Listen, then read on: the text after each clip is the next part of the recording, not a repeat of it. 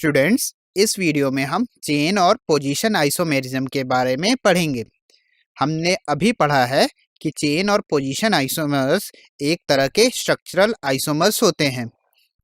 Structural isomers ऐसे isomers होते हैं जिनमें कंपाउंड्स का मॉलिक्यूलर फॉर्मूला तो सेम होता है, लेकिन इनके स्ट्रक्चर्स डिफरेंट होते हैं।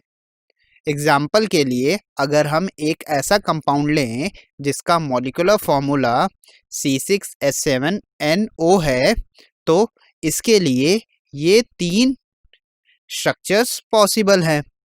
सिंस इन तीनों कंपाउंड का मॉलिक्यूलर फॉर्मूला सेम है लेकिन इनके स्ट्रक्चर्स अलग अलग हैं, तो ये तीनों एक दूसरे के स्ट्रक्चरल आइसोमर्स कहे जाएंगे। आप यहाँ पर एक चीज नोट कर सकते हैं कि स्ट्रक्चरल आइसोमर्स के IUPAC नेम्स डिफरेंट होते हैं।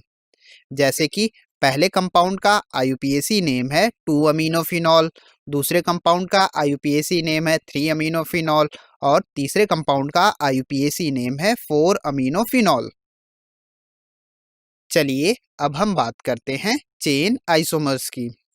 तो चेन आइसोमर्स ऐसे कंपाउंड्स होते हैं जिनका मॉलिक्यूलर फॉर्मूला तो सेम होता है, लेकिन उनमें मेन कार्बन स्केलेटन डिफरेंट होती है, या फिर कहें कि कंपाउंड्स के लिए पेरेंट चेन्स डिफरेंट होती हैं। एग्जाम्पल के लिए अगर हम C5H12 मॉलिक्यूलर फॉर्मूला वाले कंपाउंड्स को ड्रॉ करें तो हमें ये तीन कंपाउंड्स मिलेंगे। आप इन तीनों कंपाउंड्स में यह नोटिस कर सकते हैं कि हर केस में मेन कार्बन स्केलेटन डिफरेंट है।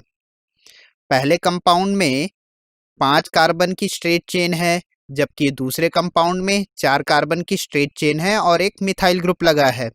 वहीं तीसरे कंपाउंड में 3 कार्बन की चेन है और 2 मिथाइल ग्रुप प्रेजेंट है। तो इनके कार्बन स्केलेटन डिफरेंट हैं, तो ये तीनों कंपाउंड्स एक दूसरे के चेन आइसोमर्स होंगे।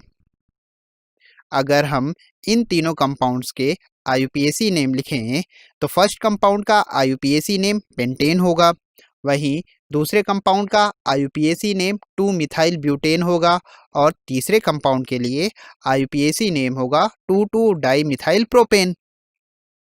तो इस तरह से हम एक और चीज कंक्लूड कर सकते हैं कि चेन आइसोमर्स के IUPAC नेम्स में रूट वर्ड्स डिफरेंट होंगे।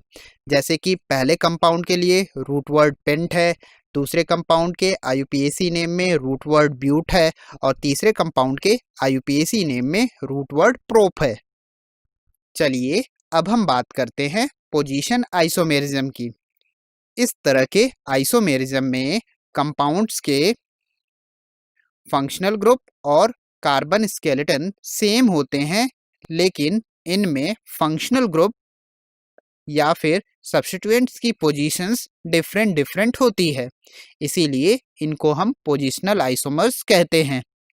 एग्जाम्पल के लिए यदि हम C3H8O मॉलिक्यूलर फॉर्मूला के ऐसे कंपाउंड्स बनाएं जो एक दूसरे के पोजिशनल आइसोमर्स होंगे, तो वो हमें कुछ ये मिलेंगे। यहाँ पर आप देख सकते हैं कि मेन कार्बन स्केलेटन दोनों केसेस में सेम है, जिसमें 3 कार्बन एटम्स प्रेजेंट हैं, लेकिन फर्स्ट कंपाउंड में main functional group OH first carbon पर लगा है, जबकि सेकेंड कंपाउंड में functional group OH second carbon पर लगा है। तो यहाँ पर फंक्शनल ग्रुप की पोजीशंस अलग अलग होने के कारण ये दोनों एक दूसरे के फंक्शनल आइसोमर्स होंगे। चलिए एक और एग्जाम्पल देख लेते हैं। तो अगर हम एक ऐसा कंपाउंड लें जिसका मॉलिक्यूलर फॉर्मूला C3H9N है, तो इसके लिए हमें 2 पोजिशनल आइसोमर्स मिलेंगे, जिसमें एक होगा हमारा प्रोपेनामाइन और दूसरा होगा प्रोपेन 2 अमाइन।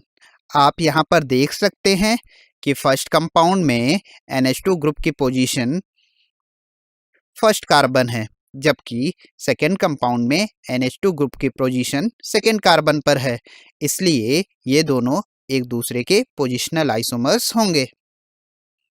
सारे तरह के नॉर्मल, नियो और आइसो अल्केन्स एक दूसरे के चेन आइसोमर्स होते हैं except normal propyl and isopropyl group.